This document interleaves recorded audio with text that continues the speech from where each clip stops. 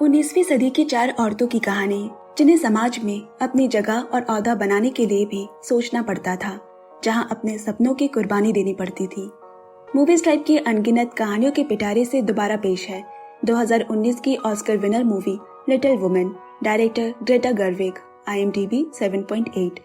कहानी शुरू हुई 1861 अमेरिका के एक छोटे से गांव में, जहां 4 बहनें काफी दिनों बाद एक साथ घर वापस आ रही थी। मैग उनमें से सबसे बड़ी होती है, उससे छोटी जो, उसके बाद एमी और सबसे छोटी बेथ। उसी रात मैग और जो मैग के दोस्त के घर एक डांस पार्टी में जा रहे हैं। तैयार होते वक्त जो मैग के बाल बना रही है और अचानक गलती से उससे मैग के बाल जल जाते हैं लेकिन अच्छा हुआ कि ज्यादा नहीं जले। पार्टी में जाने से पहले मैग जो को बता रही है कि उसे क्या करना है क्या नहीं करना है, जैसे कि उसे किसी से भी ज्यादा जल्दी जल्दी बातें नहीं करनी और खासकर किसी भी लड़के के साथ फ्लर्ट उनकी बढ़ाई नहीं करनी। और भी कई सारी बातें उसने जो को बताई, क्योंकि ये जो की पहली पार्टी है और उसे पार्टी के नियम नहीं पता। पूरी पार्टी के दौरान जो सिर्फ अपनी बड़ी बहन मैग को ही उसके दोस्तों के साथ डांस करते देख रही है और लड़कों से छुपती फिर रही है। मैग एक बेहद ही सुंदर, शांत, आकर्षक स्वभाव की होती है, जबकि जो इसके बिल्कुल ठीक उल्टा, मनमौजी, बेपरवाह और अपने में रहने वाली। और जैसा कि हर बार होता है, जो इस पार्टी में भी बोर हो गई और एक शांत जगह की तलाश में एक कमरे में पहुंची, जहां उसकी मुलाकात लॉरी नाम के एक लड़के से हुई। लॉरी से बात करने पर पता चला कि वो उसके घर के सामने ही रहता है और एक अमीर परिवार से है। दोनों एक दूसरे को अपने बारे में बताते हैं। जो ने कहा, मेरे पिता जंग में गए हुए हैं, जबकि लॉरी के माँ बाबा गुजर चुके हैं और वह अपने दादाजी के साथ रहता है। बात करते करते लॉरी ने जो को उसके साथ डांस के लिए पूछ लिया, लेकिन बहुत ज्यादा संकोची और अपने में रहने वाली होने की वजह से दोनों ही भीड़ से अलग एक शांत जगह पर डांस करने लगे। तभी मैग ने उसे खिड़की से आवाज लगाकर अपने पास बुलाया और कहा, मेरे पैरों में मोच आ गई है, मैं घर चलकर नहीं जा सकती। ये सब देख लॉरी दोनों को उनके घर छोड़ देता है। मैग की देखभाल करते करते उसकी माँ मार्मी ने लॉरी को उनके बेटे की देखभाल करने के लिए धन्यवाद कहा। लॉरी, जो कि इस भरे पूरे परिवार को देख मुस्कुराता है। पहली बार उसे एक अपनापन महसूस हुआ जो उसे जो के परिवार ने दी है। दिन गुजरता जाता है और देखते देखते क्रिसमस आ गया। सुबह उठते ही सभी बहनें एक साथ इकट्ठा हुए और एक दूसरे को अपने अपने सपने के बारे में बताने लगे। जो ने कहा कि वो राइटर बनना चाहती है, मैग एक एक्ट्रेस और एमी का सपना है एक मशहूर गायिका बनने का। लेकिन बेथ के सपने उनके सभी बहनों से अलग होते हैं। उसके सपने उतने बड़े नहीं है, बस वो सिर्फ पियानो सीखकर हर रोज अपनी बहनों और माँ को सुनाना चाहती है, उनका मन बहलाना चाहती है। इतनी प्यारी बातें सुनकर सभी बहनों ने उसे गले से लगा लिया। थोड़ी देर बाद उनकी माँ भी वहाँ आई और बोली, घर आने से पहले मैं हमल फैमिली के घर गई थी। उसका पति युद्ध में लड़ाई कर रहा है और बेचारे कल से उनके पेट में एक दाना भी नहीं गया। यहाँ तक कि इतनी सर्द में भी खुद को गर्म रखने के लिए बच्चे के संग एक ही बिस्तर पर एक दूसरे को गले लगाकर उन्हें सोना पड़ रहा है।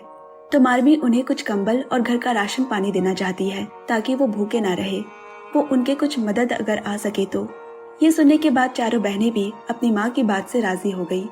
उसके बाद वो सभी कंबल और खाना लेकर हम्बल के घर जाने लगे और तब लॉरी ने अपनी खिड़की से बाहर उन्हें हाथ में खाने की टोकरियां ले जाते हुए देखा।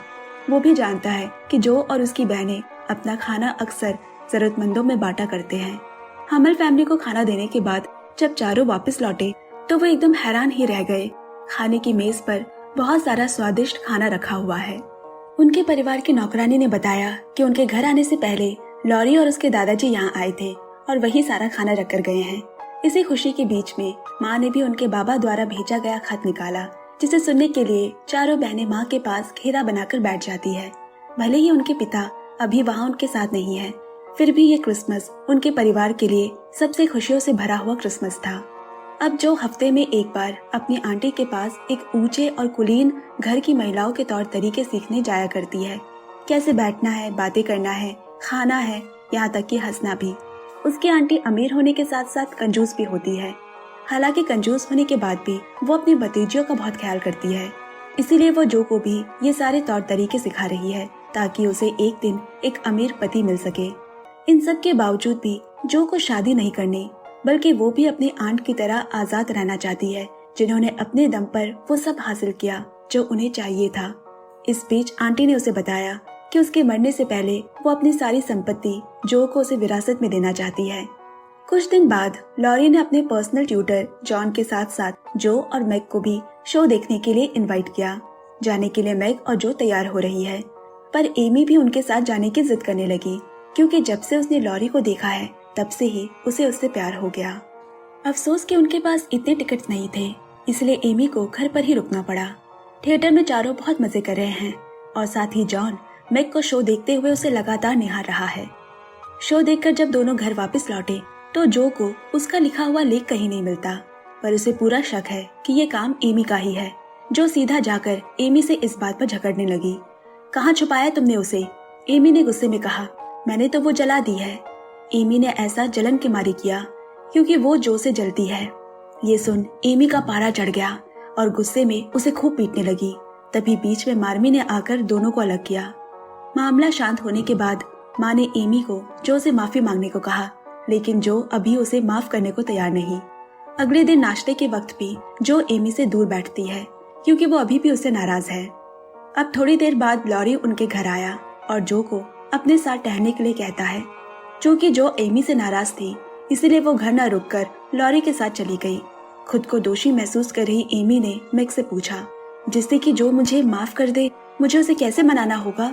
मैग बोली, जो के पीछे जाओ, लेकिन जब तक वो ना मुस्कुराए तब तक कुछ मत कहना। मैग की बात सुनने के बाद एमी तुरंत जो के पीछे जाने लगी, लेकिन सड़क के बीच पे जमी हुई झील को पार करते समय बर्फ की परत टूटी और एमी उस जमा देने वाली पानी में डूबने लगी। अपनी बहन को खतरे में देखकर जो उसे बचाने दौड़ी। एमी की किस्मत अच्छी थी कि उसे बचाने में वो कामयाब रहे, उसे वापस घर ले आए। रात में जो ने माँ को अपने गुस्से के बारे में बताया, जो कि उससे नहीं संभला जाता। माँ ने भी अपने राज खोलते हुए कहा, मेरा भी तुम्हारे ही तरह बहुत ज्यादा गुस्सा था, लेकिन मैंने शांत रहना सीख लिया है। तुम भी अगर कोशिश करो तो अपने गुस्से पर काबू करना सीख सकती हो। ऐसे और महीने गुजरे। अब तक तो जो और एमी भी आपस में समझौता कर चुके हैं। अब दोपहर में लॉरी जो और उसके परिवार को भी जॉन और अपने दोस्त फ्रेड के साथ छुट्टियां मनाने बीच पर ले जाता है, जहां हमें पता चला कि मैग और जॉन काफी करीब आ चुके हैं। वहीं दूसरी तरफ जो और लॉरी का भी मिलना जुलना बढ़ गया है और यहाँ अब एमी को भी जो से कोई जलन, कोई ईर्ष्या नहीं थी, लेकिन फिर भी उसे लॉरी को दूर से निहारते हुए उसकी पेंटिंग बनाना अच्छा लगता है। अगले दिन जब मार्मी काम पर होती है, उसे खबर मिली कि उसका पति का किसी अस्पताल में इलाज किया जा रहा है, जो कि अभी अभी युद्ध के मैदान से लौटे हैं। अब ये खबर सुन घबराई हुई चारों बहनें साथ लॉरी और उसके दादाजी ने भी मार्मी को अस्पताल जाने के लिए तैयार होने में मदद की। जाने से पहले जो ने माँ को बहुत सारे पैसे निकाल कर दिए, जिन्हें देख वो आश्चर्य होकर उसे उन पैसों के बारे में पूछती है। फिर जो ने अपने सर से टोपी उतारते हुए बताया कि उसने अपने बाल सलून में बेच दिए हैं, वहीं से ये पैसे मिले हैं। अपनी बेटी के इस बलिदान को देखकर मार्मी बहुत ही ज्यादा भावुक हो गई और अपनी सभी बेटियों को गले से लगा लिया। लेकिन माँ को गए अब 3 दिन गुजर चुके हैं, वो अभी भी नहीं लौटी। अगली सुबह बेथ ने अपनी बहनों से हम्बल फैमिली को देखने साथ चलने को कहा, क्योंकि माँ को अस्पताल गए हुए 3 दिन हो चुके हैं। वो लोग काफी भूखे होंगे, किसी ने भी उन्हें खाना नहीं दिया होगा। लेकिन उसकी बातें सुनने के बजाय वो सभी अपने आप को संवारने में व्यस्त है। जब किसी ने उसकी बात नहीं सुनी तो उसने वहाँ अकेले ही जाने का तय किया। उनके घर जाने से पहले वो लॉरी के घर गई और लॉरी के दादाजी को उनके परिवार के समय समय पर मदद करने के लिए उन्हें जूते तोहफे में दिया। हम्बल फैमिली से मिलकर घर लौटने पर उसकी बहनों ने उसे खूबसूरत पियानो दिखाया। बेथ के पूछने पर बहनें बोली, लॉरी के दादाजी ने तुम्हारे दिए तोहफे के बदले में ये पियानो भेजा है, साथ ही एक खत भी भेजा है। लिखा है, बेथ के तोहफे की तुलना में पियानो कुछ भी नहीं है। वाकई में बेथ एक बहुत ही नरम स्वभाव की, नरम दिल की, सभी को प्यार करने वाली बच्ची है। बेथ बहुत भावुक हो उठी और तुरंत उसी वक्त दौड़कर उनसे मिलने उनके पास जा पहुंची।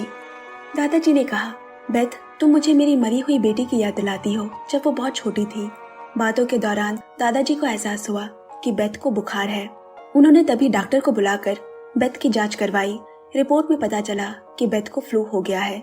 अगर जल्दी उसका इलाज नहीं हुआ तो शायद बेथ की जान को भी खतरा हो सकता है। डॉक्टर ने यह भी बताया कि यह बीमारी उन लोगों में भी आसानी से फैलती है जिन्हें कभी फ्लू नहीं हुआ हो, इसीलिए कुछ समय के लिए बेथ को एकदम अलग रखा जाता है। लेकिन एमी को कभी भी फ्लू नहीं हुआ है, इसीलिए उसे कुछ समय के लिए अपनी आंट के साथ रहने भेज दिया। 2 दिन गुजर गए। एमी अभी भी अपने आंट के घर पर ही है।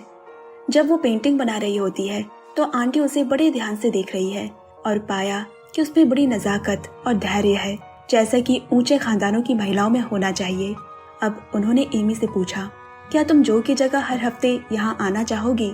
क्योंकि जो की तुलना में जो स्वभाव से गुस्सैल और मनमानी वाली है, एमी उन्हें ज्यादा सुंदर, मनोरम, नजाकत से भरी हुई लगी, जो कि एक नोबल वुमेन यानी कुलीन महिला होने के लिए बिल्कुल उचित है, और जो की जगह वो उसकी वारिस बनने के काबिल भी। उसके बाद उसने एमी से कहा कि अगर वो एक अच्छी लड़की बनने के लिए सहमत हो जाती है तो वो उसका भविष्य उज्जवल बनाने की पूरी जिम्मेदारी लेगी।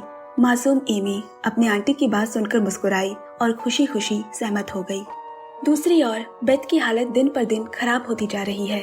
उसकी बहनों को भी नहीं मालूम कि फ्लू का इलाज कैसे किया जाता है, और फिर उन्होंने तय किया कि वो माँ को बुला लाएंगे ताकि वो बेथ की अच्छी सी देखभाल कर सके। कुछ समय बाद मार्मी लौट आई और बेथ की देखभाल में लग गई। देर रात तक जगकर भी वो अपनी बेटी की देखभाल करती। माँ की गर्माहट, कोमलता और प्यार से बेथ की हालत में सुधार आने लगा। लेकिन अगली सुबह जो उठी और बेथ को उसके बिस्तर पर ना देख वो घबरा गई और भागकर सीधे माँ को बुलाने दौड़कर उनके पास आई। वहाँ बेथ को उनके साथ देख उसकी जान में जान आई। बेथ अपने फ्लू से ठीक हो गई है। जो की आंखें भर आई और खुशी से उसने अपनी प्यारी बहन को गले से लगा लिया। धीरे धीरे वक्त गुजरा और एक बार फिर से क्रिसमस आया। लेकिन इस बार का क्रिसमस पिछले साल से अलग है। इस साल लॉरी के दादाजी भी उनके साथ क्रिसमस मना रहे हैं। तभी अचानक लॉरी उनके लिए एक सरप्राइज लेकर आया। वो जो के बाबा को अस्पताल से घर ले आया, जिससे कि उनका क्रिसमस और भी यादगार बन जाता है। ऐसे कुछ महीने और बीते और आया आज का दिन, मैग और जॉन की शादी का दिन। लेकिन बाकियों की तरह जो इस शादी से खुश नहीं है, उसने मैग को अपने साथ भाग चलने को कहा ताकि मैग शादी करने के बजाय अपने सपनों को पूरा कर सके। ये सुनकर मैग मुस्कुराई और बोली, तुम्हें ऐसे करने की कोई जरूरत नहीं है। ये शादी मैं अपनी पसंद, अपनी मर्जी से कर रही हूँ, अपने सपनों को पीछे छोड़कर। मैग ने और भी कहा, एक आत्मनिर्भर महिला होने का मतलब ये नहीं होता कि उसे किसी से प्यार नहीं करना चाहिए, और मैंने शादी करने का मन बना लिया है तो तुम भी मेरे इस फैसले का सम्मान करो, मेरा साथ दो। लेकिन फिर भी उसके इस फैसले को नहीं मान पा रही कि कैसे उसकी बहन ने शादी के लिए अपने सपनों को छोड़ दिया। अब पार्टी के बाद लॉरी जो को अपने साथ एकांत में बात करने ले गया और काफी हिम्मत जुटाकर उसने अपने दिल की बात कह दी कि वो उसे चाहता है। लेकिन पहले से ही गुस्से में जो खुश होने के बजाय गुस्से में बोली, मैं शुरू से ही कभी भी किसी के प्यार में नहीं पड़ना चाहती हूँ। मैं बस एक आत्मनिर्भर बनकर रहना चाहती हूँ जो अपने सपनों को पूरा कर सके, और तुम सिर्फ मेरे लिए एक भाई की तरह हो। ये सुनने के बाद लॉरी का दिल पूरी तरह से टूट गया। उसे लगा था कि जो भी उसे पसंद करती है। जाने से पहले लॉरी बोला, चाहे तुम प्यार से बचने की कितनी भी कोशिश कर लो, लेकिन एक दिन जरूर आएगा जब तुम्हें भी प्यार हो ही जाएगा। यह हम इंसानों की पहुंच में नहीं होता प्यार तक पहुंच पाना, लेकिन प्यार खुद चुनता है कि उसे कहाँ रहना है। उसके बाद टूटे हुए दिल के साथ लॉरी वहाँ से चला गया। उस बात को बीते 7 साल हो गए। जो भी अब बड़ी हो गई है और अपने सपनों को पूरा करने वो न्यूयॉर्क आ बसी। लॉरी के प्यार को ठुकराने के बाद से वो कभी लॉरी से नहीं मिली। यहाँ जो न्यूयॉर्क की एक बड़ी पब्लिशिंग कंपनी को अपनी स्क्रिप्ट दिखाने ले जाती है, लेकिन उस समय औरतों को पूरी तरह से छूट नहीं थी कि वो जो मर्जी कर सके। इसलिए जो को नौकरी मिलने में भी मुश्किलें आ रही है, और इसी वजह से जो को मजबूरन ये कहना पड़ा कि ये जो काम लाई है वो उसका नहीं बल्कि उसके किसी लड़के दोस्त का है। अब जाकर एडिटर ने वो स्क्रिप्ट पढ़ी और उसे पसंद भी आई। वो इसे पब्लिश भी करने को तैयार है, लेकिन एक शर्त पर कि उसे अपनी स्क्रिप्ट की हैप्पी एंडिंग करनी होगी। एडिटर को लगता है कि स्क्रिप्ट का एंड बहुत ही सैड है और शायद बाजार में अच्छी तरह से नहीं बिकेगा। पैसे की खातिर जो ने अपनी स्क्रिप्ट को बदलने की अनुमति दे दी, भले ही उसे वो सही नहीं लग रहा। वापस अपने हॉस्टल लौटने के बाद जो ने अंगीठी के बगल में बैठकर एक और नई कहानी लिखना शुरू कर दी। अपने काम में वो इतनी ही मग्न थी कि उसे पता ही नहीं चला कि उसके कपड़ों में कब आग लग गई। भाग्यवश तभी वहाँ एक आदमी उसे कपड़ों के जलने के बारे में बताता है। वो नौजवान फेडरिक है जो न्यूयॉर्क के कैंपस में लेक्चरर है। वो भी वहीं रहता है। थोड़ी देर में मकान मालिक ने जो को बताया कि उसके स्टूडेंट्स ऊपर उसका इंतजार कर रहे हैं। एक राइटर होने के अलावा वो प्राइवेट टीचर की भी नौकरी कर रही है। उसके जाने से पहले फेडरिक ने जो से पूछा कि वो इतनी मेहनत क्यों करती है, जबकि उसकी उम्र की ज्यादातर लड़कियां तो शादी करना पसंद करती है। जवाब में जो बोली, मुझे शादी में बिल्कुल भी दिलचस्पी नहीं है और मेरा एक ही लक्ष्य है, एक मशहूर लेखक बनना। बस यही मेरा सपना है। फेडरिक उसका जवाब सुनकर बड़ा हैरान रह जाता है। उस रात जो दोबारा से फेडरिक को देखती है, जो कि एक शो देखकर थिएटर से बाहर आ रहा है। जो उससे बात करना चाहती थी, इसीलिए उसके पीछे पीछे एक बार में चली गई। बार में काफी सारे लोग हैं और वो जो को डांस करने के लिए कहते हैं। फेडरिक ने भी उससे पूछा। वो उसके साथ डांस करने लगी। जो बहुत खुश है क्योंकि उसे वही पुराने लम्हे याद आ गए कि उसने सबसे पहले लॉरी के साथ डांस किया था। अगले दिन शाम को फेडरिक ने चुपके से जो को एक बुक के साथ साथ एक खत भी भेजा, जिसमें लिखा है, मैं तुम्हारी नोवेल देखने के लिए बहुत कौतूहल हूँ। तुम्हारा लिखना पूरा हो जाए तो मैं उन्हें देखना चाहूँगा। जो खत पढ़कर बहुत ही खुश हो गई और उसी रात ही उसने अपना काम पूरा करने का मन बना लिया। पूरी रात जगकर लिखने के बाद जो का काम आखिरकार पूरा हुआ। उसके बाद वो तुरंत फेडरिक को अपना काम दिखाने पहुंची। उसे पूरा यकीन था कि फेडरिक को उसकी स्क्रिप्ट पसंद आएगी, लेकिन ऐसा बिल्कुल भी नहीं हुआ, क्योंकि फेडरिक उसकी स्क्रिप्ट में बहुत सारी गलतियां निकालने लगता है, जिससे जो चिढ़कर गुस्से में आ गई और बोली, शायद आज से पहले तुमने कभी कुछ लिखा नहीं है, इसलिए तुम्हें मेरी स्क्रिप्ट समझ नहीं आ रही। इतना कहकर वो वहां से चली गई। दूसरी ओर एमी फ्रांस पेरिस शहर में अपनी आंटी के साथ उनकी घोड़ा गाड़ी में टहल रही है। वो भी बड़ी होने के साथ साथ काफी सुंदर हो गई है और लॉरी के दोस्त फ्रेड के साथ है। एमी ने आंटी को बताया कि सुबह उसे माँ का खत मिला। बेथ की तबीयत काफी खराब है। हमदर्दी जताने और उसे वापस घर जाने को कहने के बजाय उल्टा आंटी बोली, तुम ज्यादा चिंता मत करो, वहाँ बेथ की देखभाल करने के लिए बाकी बहनें मौजूद है ना। तभी अचानक से एमी ने लॉरी को बीच सड़क पर गुजरते हुए देखा। उसने फौरन उसका नाम लेकर पुकारा और भागकर उसे गले लगाने पहुंची। क्योंकि वो काफी सालों से अपनी आंटी के साथ ही रह रही थी, इसलिए लॉरी को देखकर काफी उत्तेजित हो उठी। वापस जाने से पहले उसने लॉरी को अपना पता देते हुए कहा, कभी वक्त मिले तो मिलने जरूर आना। कुछ दिनों बाद जो को भी उसकी बहन की तबीयत के बारे में पता चला और बिना ज्यादा कुछ सोचे वो तुरंत अपनी बहन का हालचाल लेने घर को लौट आई। उसने देखा कि एमी को छोड़कर पूरा परिवार फिर से इकट्ठा हुआ है। वो एमी से बहुत नाराज है। पूरे दिन एमी को बुरा भला कहती रहती है। फिर उसकी माँ ने उसे समझाया, शायद एमी को कुछ काम आ गया होगा इसलिए नहीं आ पाई। उसकी माँ ने एमी से लॉरी के मिलने वाली बात भी बताई। शायद वो दोनों अपना काम खत्म कर साथ में ही यहाँ लौटे। उसने लॉरी को आंटी के घर भी इनवाइट किया है। अब ज्यादा बात ना करते हुए जो बेथ को देखने उसके कमरे में आई और उसकी रिपोर्ट्स पढ़ एक तरफ वो अपनी बहन की हालत के बारे में चिंतित है, लेकिन दूसरी तरफ वो माँ के कहे शब्दों के बारे में सोच रही है।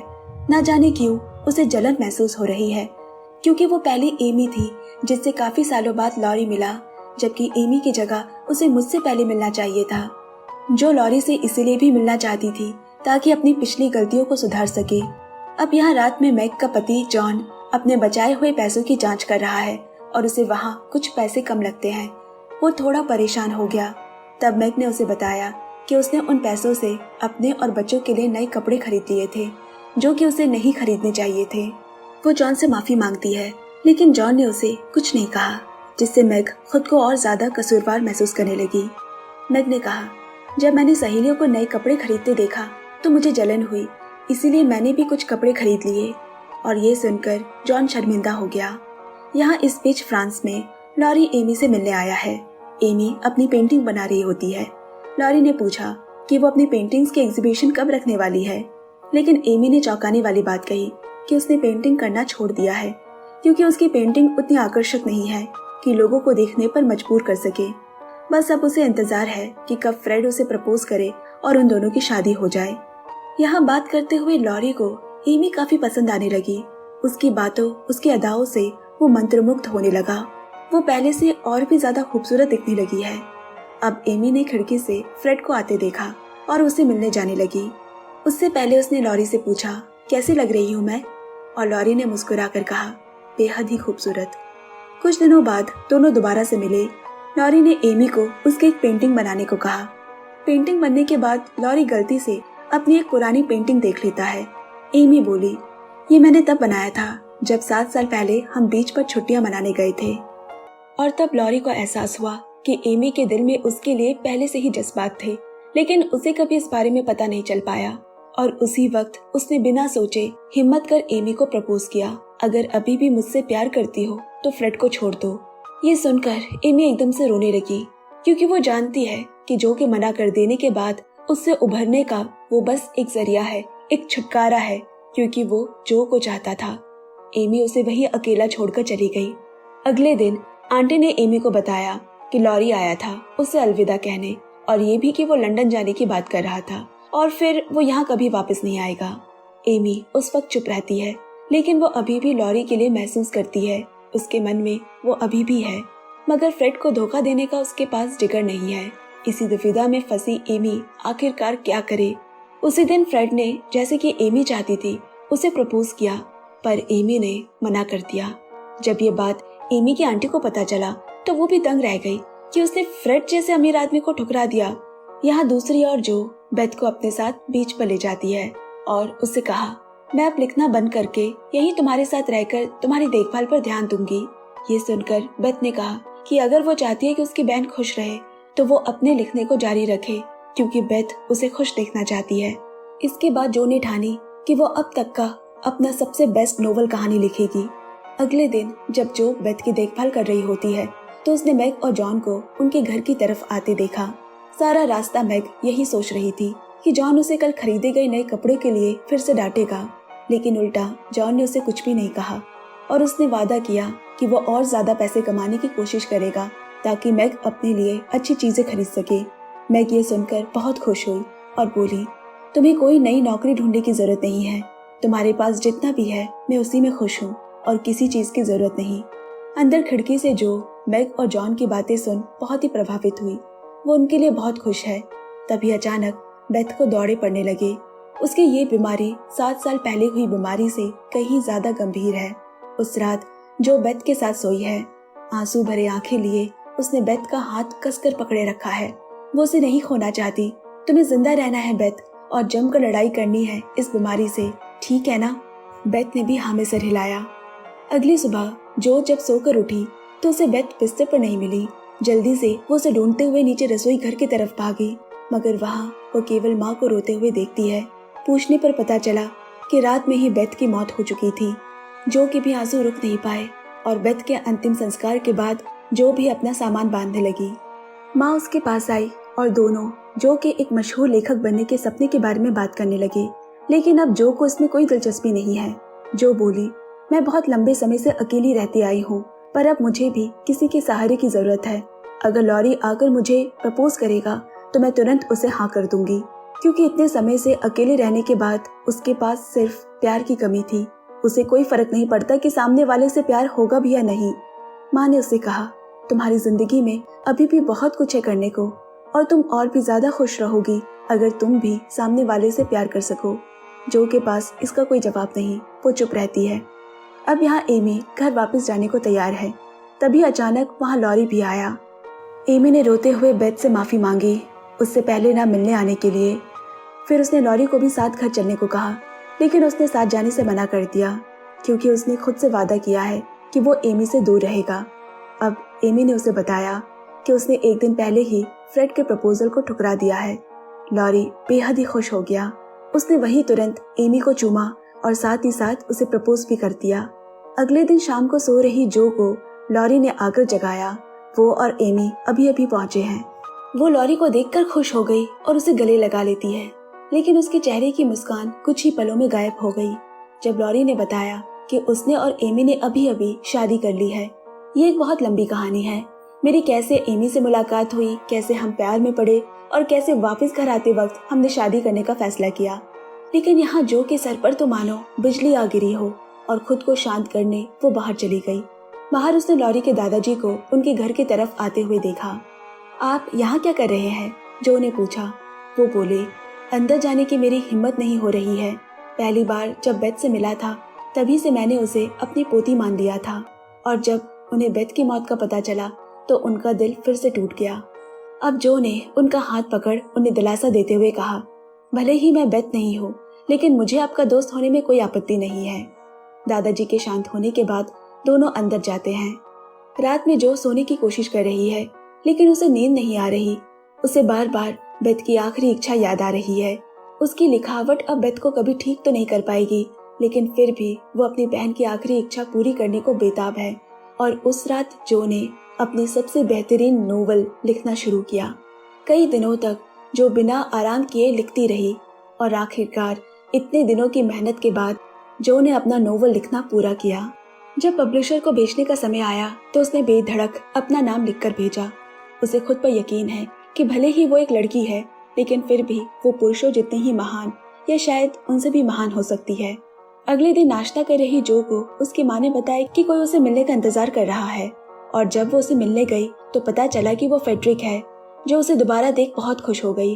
उसने कभी सोचा भी नहीं था कि वो दोबारा उसे कभी मिलेगी। फेड्रिक ने पूरा दिन जो की फैमिली के साथ हंसते हुए बिताई। अब वापस घर जाते वक्त उसने जो से माफी मांगी। मैंने उस दिन जो भी खामियां तुम्हारे स्क्रिप्ट में निकाली थी वो बस इसीलिए था ताकि तुम उससे और बेहतर लिख सको। मेरी मंशा तुम्हें दुख पहुंचाने का नहीं था। जो ने बस मुस्कुराकर कहा, मुझे अब इस बात से फर्क नहीं पड़ता है। वो फेड्रिक को यहाँ दोबारा देखकर बहुत खुश है।